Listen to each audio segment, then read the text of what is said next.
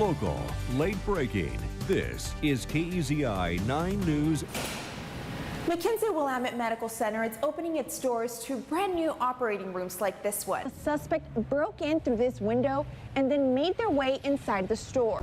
I spoke to the general manager of this hotel that sits right along the Florence coast, and he says luckily that tsunami watch did not become a warning. That's right, Kaylin. A spokeswoman with Lane Fire tells me this training is invaluable to the team. She says it ensures preparation and safety when responding to an emergency call. It was a very special ceremony for both graduates and family members. As one of the coordinators says, for many of these graduates, it's a huge accomplishment. Well, Bob, these cases are from back in the 1980s. They remain unsolved over the years. But now there is a link between the DNA collected during each investigation. Last year, the nationwide march took place following President Trump's election into office, and this year, organizers say they wanted to highlight the progress being made. Fire crews told me they got the call shortly after 5 Saturday morning. It happened at a manufacturing company on Royal Avenue and Green Hill Road. It was too late to do anything. We lost everything in our apartment. Stephen Laszlo and his family lost everything last Wednesday.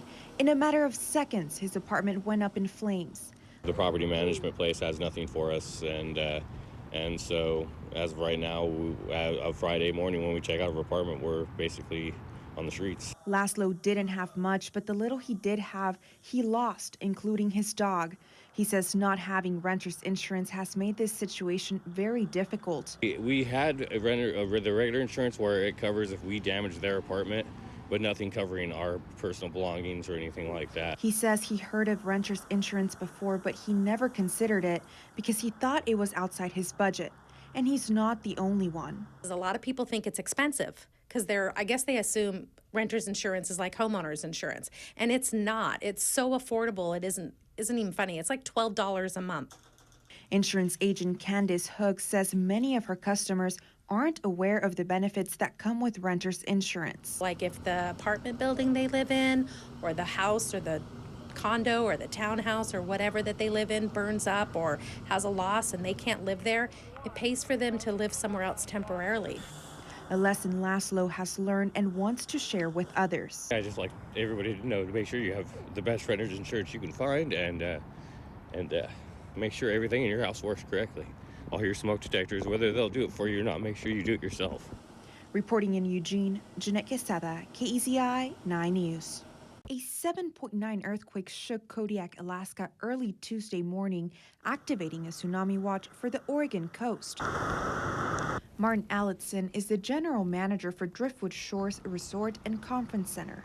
He says he once lived in Kodiak, and earthquakes are very common in the last frontier. The last one I was up there was, I think, probably a 7-point, and it shook the house. I mean, it shook you out of bed. You knew there was a serious earthquake going on.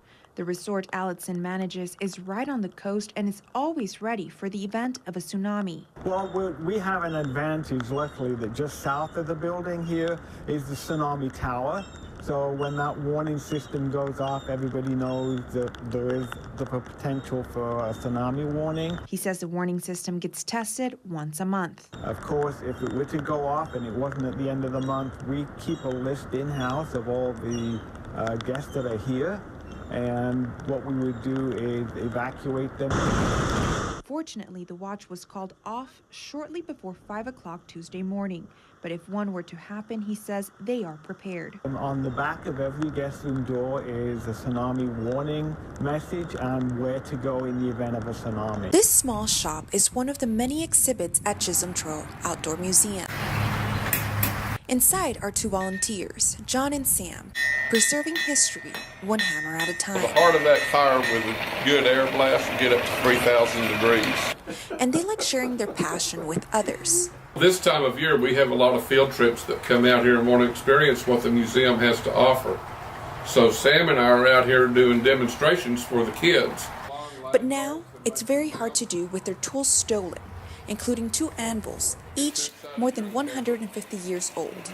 You know, that stuff, you don't get that from China. You know, it comes from passion and from the heart. And it has been the community who has tugged at their heartstrings, working to turn a wrong into a right. It's been really a little overwhelming. You know, think I put a limit of $2,000 on the GoFundMe, and we're 2 or 3 days in, and we're at about $700 so far. John and Sam are staying hopeful, with a burning desire to find out who did it. Until then, they'll continue hammering away.